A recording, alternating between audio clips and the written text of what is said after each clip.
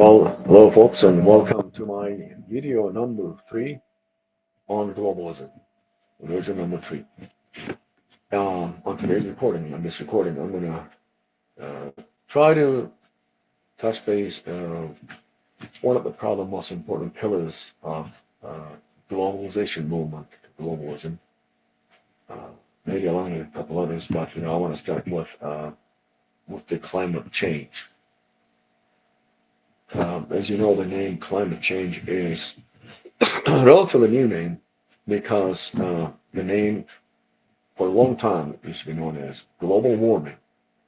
Well, they changed the name from global warming to climate change because global warming, the term itself, and it became so kind of jaded, and it got so unpopular. It was very negatively politicized. So they decided to change it because I mentioned it I think before. I think it was on my first video. The political correctness and the terminology is extremely important. And if you want to manipulate people's perceptions, people's minds, if you want to kind of re-engineer the society and social structure, one of the most effective ways is obviously always is what part of the soft power is the language, and hence that we use the term political correctness and the politically correct terms. In other words, sterile terms.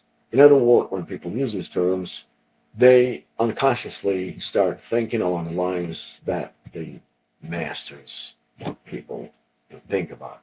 And climate change is one of it. That's why they changed it from global warming to climate change.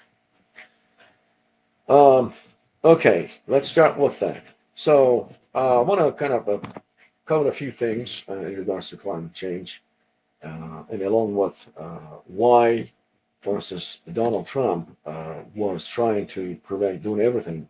He was doing his best to move to keep America out of the Paris Accord on climate change. Unfortunately, after the rigged election in 2020, they made him lose the election. And fortunately, Joe Biden, when he became president, one of the first things that he did was signing the Paris Accord and committed the United States to the Paris Accord. The cost of it is for the next 10 years is approximately $1 trillion per year. So altogether, $10 trillion for the next 10 years.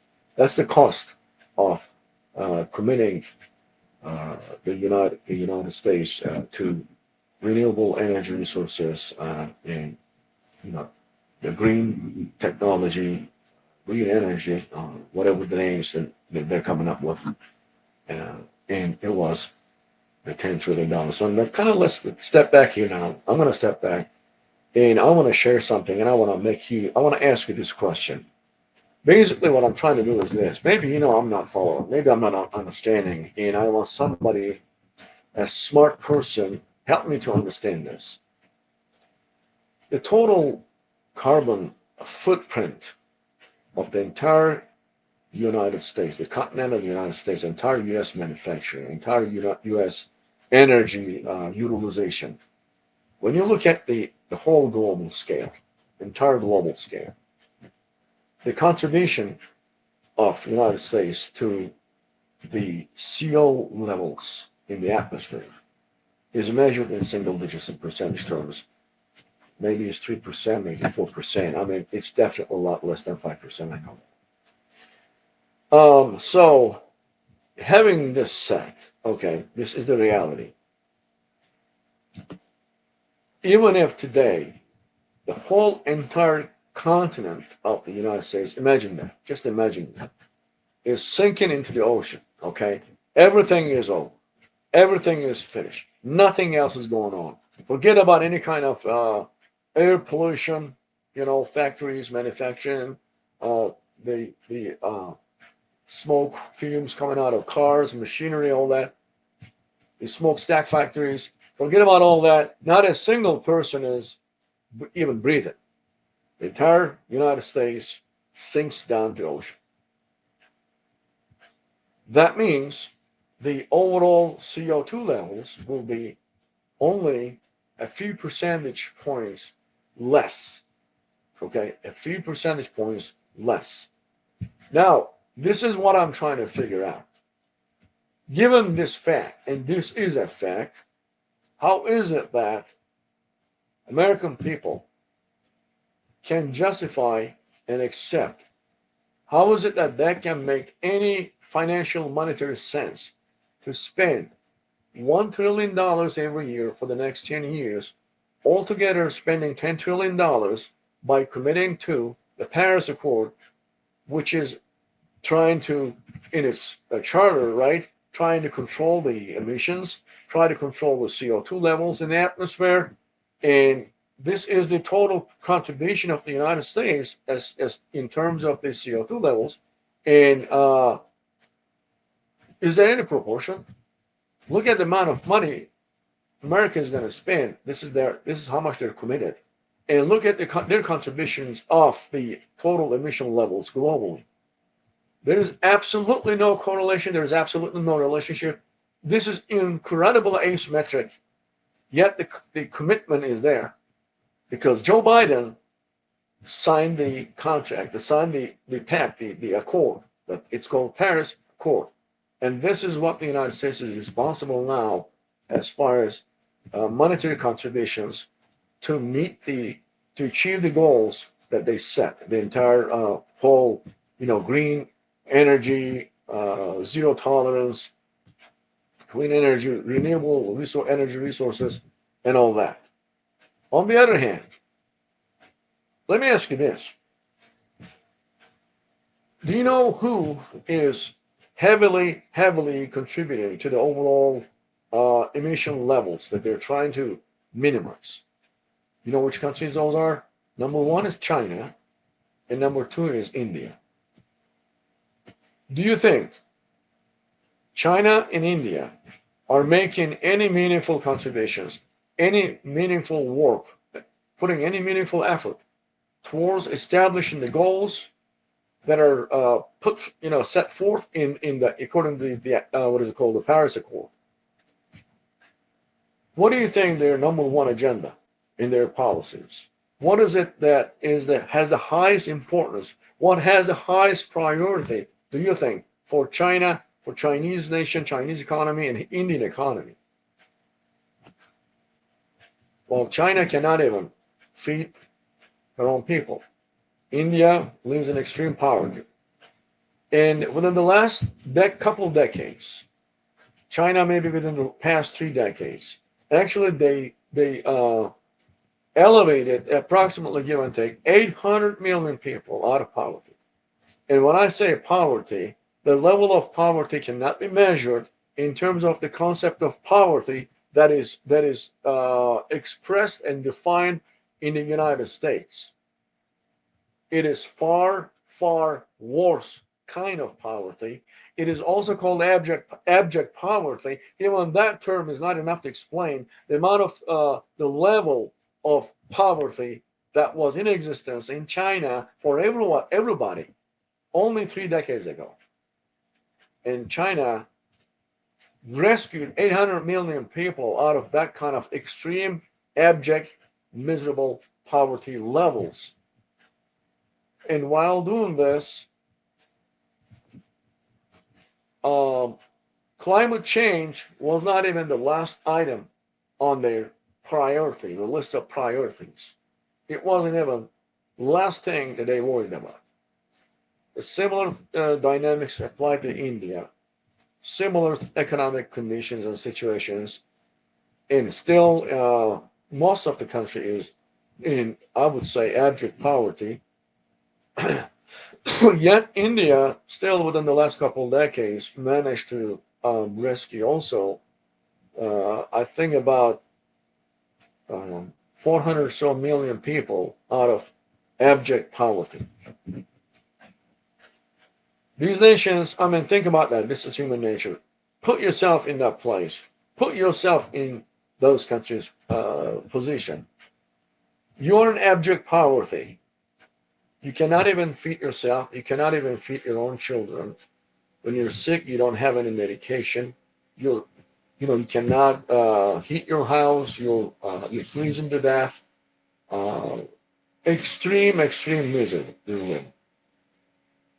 You're killing yourself. Hard physical labor all day long. Maybe less than $1 a day.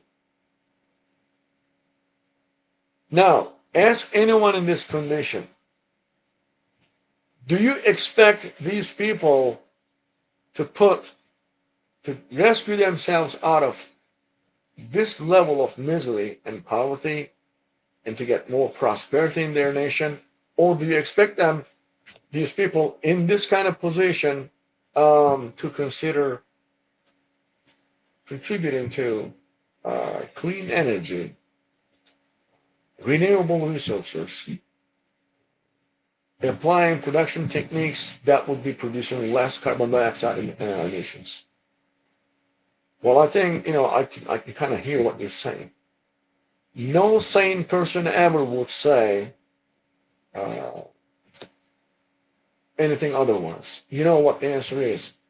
These people will do, these nations, these countries, poor countries, will do anything and everything within their capabilities and power to pull their extreme poverty conditions and bring and offer some prosperity to their people.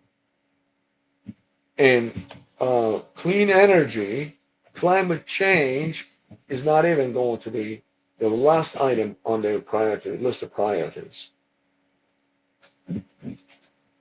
Well, having this said, I'm going to try this to do actual financial contributions to the Paris Accord kind of agreements, which is negligible. On the other hand, United States, in a very similar situation that the United Kingdom, their actual contribution levels to climate change, to emissions and all that, is measured in single digits, or maybe 2%, or maybe 3%, yet their financial contributions are incredibly high. There is absolutely no correlation between their physical contributions to the climate change and their financial contributions to the solution of the problem. And we just described who is contributing most heavily to climate change. So that's the one aspect of this equation I wanted to touch base. Now, we should all ask, why is it that Joe Biden committed the United States to $10 trillion spending literally for nothing? Literally for nothing. So let's stop here and think about, again, under the globalist agenda, under the globalist terms. Everybody knows that this is bullshit, okay? Everybody knows that. Joe Biden knows it. All the liberals know about it. Democrats know it. Everybody knows that this is not for that. This $10 trillion commitment is not in terms of reducing the CO2 emissions. It is entirely something else, which is part of that globalist evil agenda. Remember what I said. If any one of you watching this video now, if you guys watch part of or some of the videos I did before I recorded, this is the third one. I try to touch base the actual the ultimate agenda of the globalist elite, which is bringing utter and absolute chaos to the Western world, to the developed world, to the point that people will be ready to accept anything that have been offered for solution as a resolution, and then they will come with their ultimate globalist structure, the societal structure. And this is one of those uh, strategies that they're using, they're utilizing. The climate change is nothing but one of those, and that's why I use the term actually, one of the pillars of globalization or global elites agenda is the climate change. Because I try to kind of describe I hope, I really try to simplify, but I'm hoping that what the example that I provide is making sense. It is not making any sense, right? It is absolutely not making any sense, yet it's happening. And then when any sane person will ask, how is it that Government is doing this because government, American government, under the democratic establishment, is under the complete 100% influence of the globalist elite. Actually, it's beyond influence. They are the puppets of the globalist elite whose strings are being pulled by their globalist masters, part of the globalist elites. So, at the end of the, according to Davis, a lot of, I'm going to give you another example. I want to touch base again a little more to the climate change. Climate change people spread it, fear and terror. And there are lots of people today, they really, truly, innocently believe that the end of the world is coming because of the climate change. They want to save the planet. And believe me, you'd be amazed to see how many people have true climate change related anxieties. They are actually living day to day with anxiety. Some of them are, I believe, most of them are, I believe, they're resorting to some medications and stuff because they're really concerned with that. They believe in that. They believe that the world is coming to an end. You remember that, that girl, that silly, stupid 12-year-old Swedish girl, Greta, uh, her name was, right? Greta. And they were parading, her all four corners of the world in terms of, she became almost like synonymous with the climate change. She became almost like the saint of those people who are talking about saving the world, from the climate change related problems and CO2 emissions in the atmosphere and stuff like that.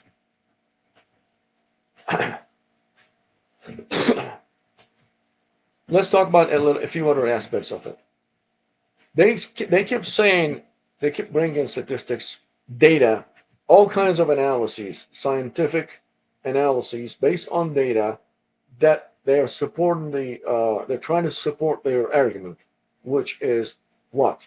Climate change is taking place, and if you don't take any serious, meaningful precautions within the next 10 years, the planet will die. Uh, I'm not sure if you guys have been following this, but I can go back as early as 1980s, early 80s. I don't remember how many times I've seen arguments, articles, and discussions saying that within the next 5 to 10 years, the planet will die, and there's a point of no return. That point of no return keeps pushing every 10 years. Did you know that? Every 10 years. They say next 10 years. Oops, nothing happened. Okay, next 10 years. Oops, nothing happened. Next 10 years. It keeps going like this.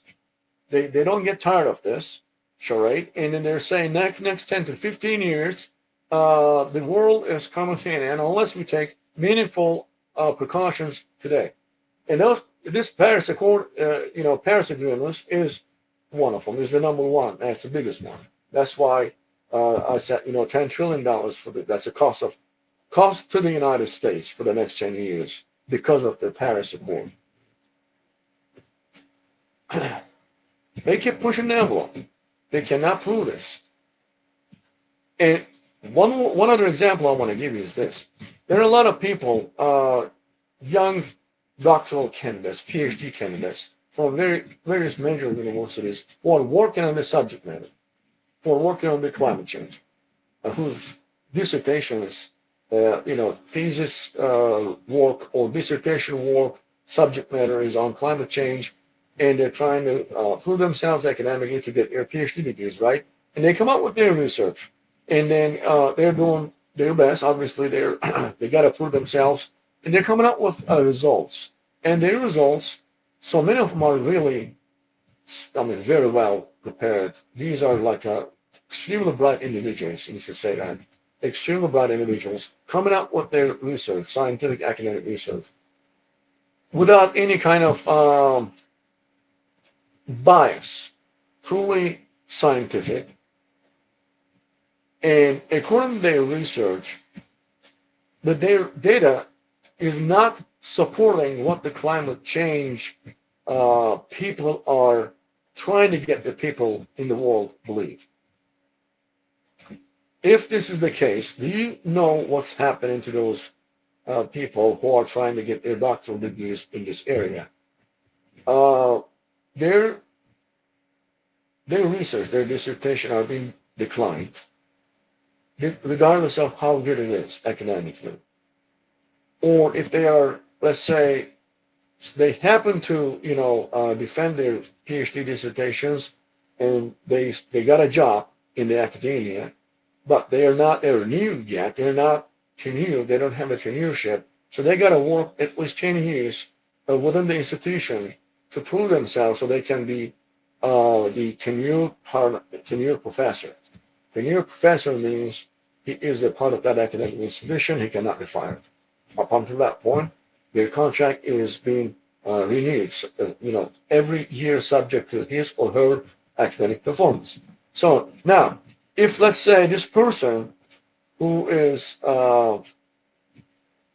who just recently got his PhD degree, he or she got a job at a major institution, university, and he's kind of following up on his or her work, and his or her work is kind of somehow supporting the data sets results that is not really on the side of the climate change, but it's standing against you. This person is going to be warned, if not enough, threatened. Academically, they are ready to finish this person, this individual, because of the fact that his or her work are standing against what climate change people are trying to convince people. Now, let me ask you this. At this point, I'm going to stop and ask you if this is an absolute truth, and climate, there is no argument about that, then the individuals working on it, their data should have been supporting it. But so many of these people that are coming up with data that is actually challenging the climate change theory, climate change people don't know what to do to make them shut up. So they threaten them. They're trying to kind of cut them off from the academic life. They're trying to finish their academic feature. So it's obvious to me that they're scared of what these people have to say, because they know that climate change is nothing but the big, huge, pure bullshit. It's a huge, stinking pile of bullshit. That's what they're scared of. That's why they're trying to prevent these people from talking.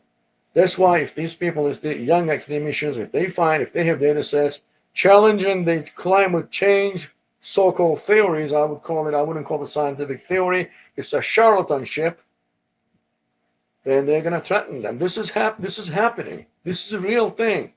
If they're not scared of them, why are they scared of them? If this is the truth that they're talking about, why are they scared of them? This is what I'm asking.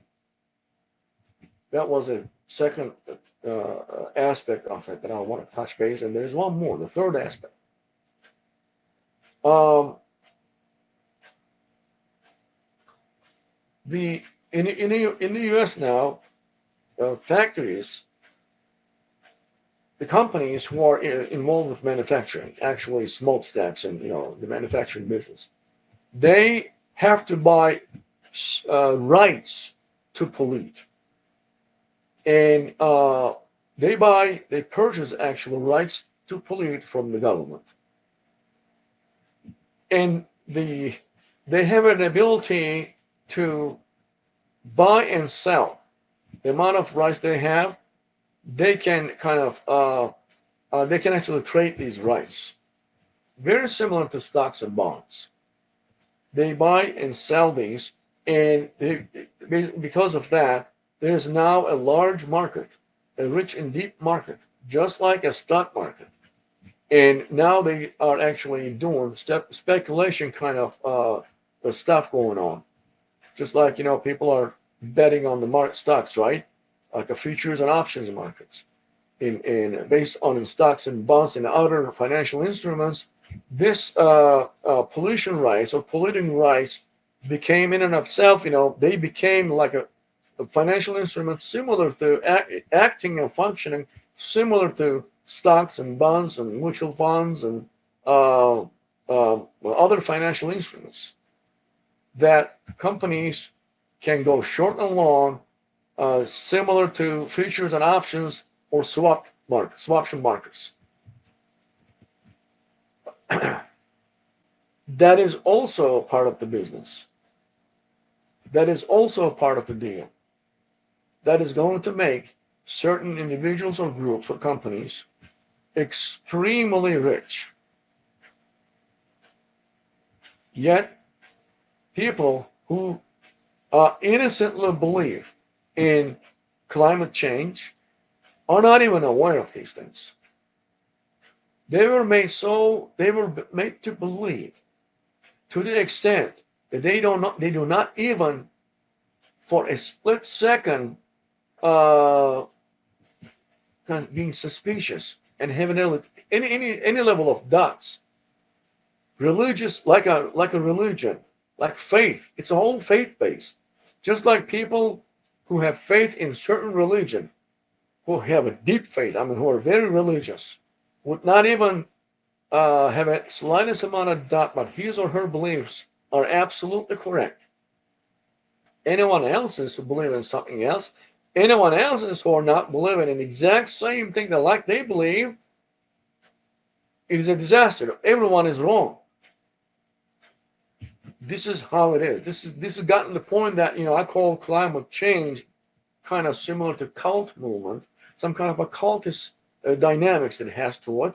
It's like a major religion. In fact, one time, I tried to have a rational discussion on a Facebook. It was years ago, and I brought this up. I tried to talk to people, and I was telling them, "Can you calm down? Can you just be calm so I can I can talk my point, and I'm not expecting to change your views, anything at all, nothing like that. All I'm saying is there is a maybe different aspect that I'm trying to bring so we can discuss." Nobody, nobody was even remotely open to this kind of environment, this kind of platform, and every single one of them was attacking me as if I was like a I don't know a terrorist, a horrible monster, and I mean they were attacking. I kind of almost felt like if you were physically in a room, kind of gathering in a room, all these people would be at the same time attacking me without even hearing what I have to say, just because I started challenging them. This is how climate change is perceived. So why am I talking about climate change? Again, I mentioned that climate change is one of the important pillars of a globalist movement, and it's doing everything with a lot of things, except one thing it doesn't. It's not doing anything to do with it's climate change. Because one more thing I wanna mention, um, the global warming, the old name, or the climate change theory is just like I said, it is a theory. I repeat, it is still a theory, and it has not been scientifically beyond any reasonable doubt, is not or has not been proven yet. It might be totally discarded. It's possible. Completely and totally discarded. It is still subject to be proven. For instance, one of the most the strongest arguments against climate change is what that climate change is saying. People, we are causing this. You remember the stories that all these big cattle, by farting, they're contributing to climate change. And some people are kind of extending this to people. Some people are even talking about killing the newborn babies because the population is causing climate change. And it can get to the point that healthy human mind cannot even grasp the extent of it. But it's happening, unfortunately. But the reality is, when you go back in the history of the planet, before humans ever existed, ever, no humans existed, but there was still life. There was still plants and other forms of life, but not human beings. Therefore, there wasn't any kind of industrial activity, right? They measured time and again, and they proved throughout the history of the planet, during those periods in the history, climate was changing. There was a lot of increases sometimes in the CO2 levels. Sometimes it was going extremely low, sometimes going extremely high. In none of those periods, there was any kind of human activity that would possibly cause, climate change. What I'm trying to say is this: climate change itself, in itself, is a reality. What's happening in cycles when you look at the history of the planet, but there is no proof, not even remotely supporting it data-wise, any scientific proof that human activity is causing that. But what is globalists saying? It is the humans causing that. Therefore, we must rearrange our activities. Let's say it is only caused by human, and I just mentioned and gave an example of China and India, which are the heaviest contributors of CO2 levels into the atmosphere, as far as the amount of CO2 gases being released into the atmosphere. They're the have the highest responsibility, but the same globalist elite is not coming down hard on them, hard on China or India. They're coming hard on the United States and Western European nations. And I just gave you the actual contribution levels, numerical contribution levels to the CO2 levels being released into the atmosphere. So how can anyone can ever justify those the dollars that I just mentioned, $10 trillion in the next 10 years? How can anyone justify it? Imagine that money being spent on healthcare next 10 years, education next 10 years. So trying to kind of bring some solutions to a lot of social ills in America. Can you imagine all this money, $10 trillion, $1 trillion a year, taxpayers' money? We all work hard for our money and pay taxes, and they decide to pay, get $1 trillion out of it and pay for, according to the Paris Accord, provisions, so-called, to control the amount of CO2 carbon dioxide levels in the atmosphere. Do you see what I'm getting at with that? This is the part of the globalist agenda, not doing anything with actual climate change goal, but the storyline, the narrative has been created, and it was like a religion, and they basically brainwash people through their very extremely powerful and clever social engineering methodologies, and then people can support when President Biden, who is the puppet, nothing but puppet of globalist evil, he can commit the United States $10 trillion of it for this kind of ridiculous goal. No, nobody who's voting for Biden ever questions that. And when you ask people voting for Biden, why would you vote for Biden? None of them can have actually any meaningful answer other than actually they're not saying that the real reason the people are voting for Biden is not Biden himself, but to vote against Trump. This is the level of involvement, and this is the level of intelligence taking place in the political arena in this nation that is going into election. The climate change, along with the many other social engineering projects, working diligently and systematically to create this chaos. The ultimate goal, again, I'm repeating myself, is to bring absolute, total, and utter chaos into the society, at which point people will give up, at which point people will stop hoping, stop trying to improve themselves, stop fighting to rescue themselves out of the misery. They will completely and utterly stop everything, almost stop existing. At that moment, globalist evil will come with an offer They will extend helping hand, which is utopia, and they will say, "We will fix everything. Look at your miserable conditions. Accept my helping hand, and I will rescue you and your family out of this misery, extreme misery."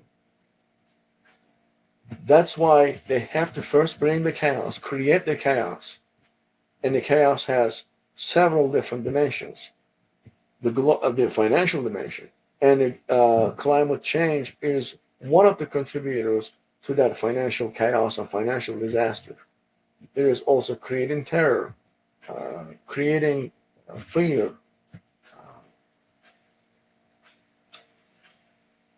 creating a social structure which is not doing anything with what people have been living with for generations and generations. I mean, for centuries. Total destruction of the family, total destruction of the family structure and social structure, total destruction of any value system that has been holding societies together. And then, yes, only after then, they will come up with their solutions, which is the globalist evils through face. Now at this point, since I mentioned that bringing total chaos and then destroying all the known value systems and then bringing their solution, I'm gonna I want to mention the Chinese experience. I want to mention the CCP, the Chinese Communist Party, and their time about give and take 50 years ago, what happened in China as far as what they call Cultural Revolution. During the Cultural Revolution, Mao Zedong as the leader, right? Mao Zedong and his Cultural Revolution, when they came to power, they had to recreate the people's minds. Almost like, reformatting your hard disk on your computer. They had to reformat the entire population software, right? Their mind. What they did was, whatever that society for thousands of years in Chinese society that they were holding dear, they were holding as valuable, the societal value systems, whatever the values they believe. Part of it is their religious beliefs, Buddhism, philosophical beliefs, Confucius, other social structures. They did everything to destroy through physical destruction of the symbols, through by kind of destroying or recreating a new system through education. They raised a generation respecting absolutely nothing, no values, other than upholding the communist revolution. To achieve that, they brought the chaos. During that chaos, approximately 50 million people in China were killed. I repeat, 50 million people killed in China during this cultural revolution led by Mao Zedong.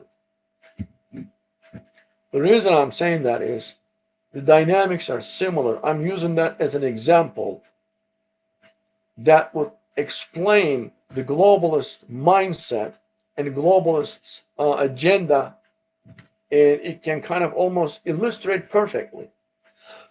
That's why globalists are looking at Chinese model, because this is the model that they're trying to implement within the Western society, the complete destruction of the society with all of its values.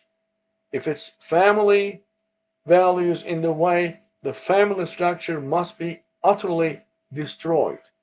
There should not be any respect within the nuclear family between father, mother, and child.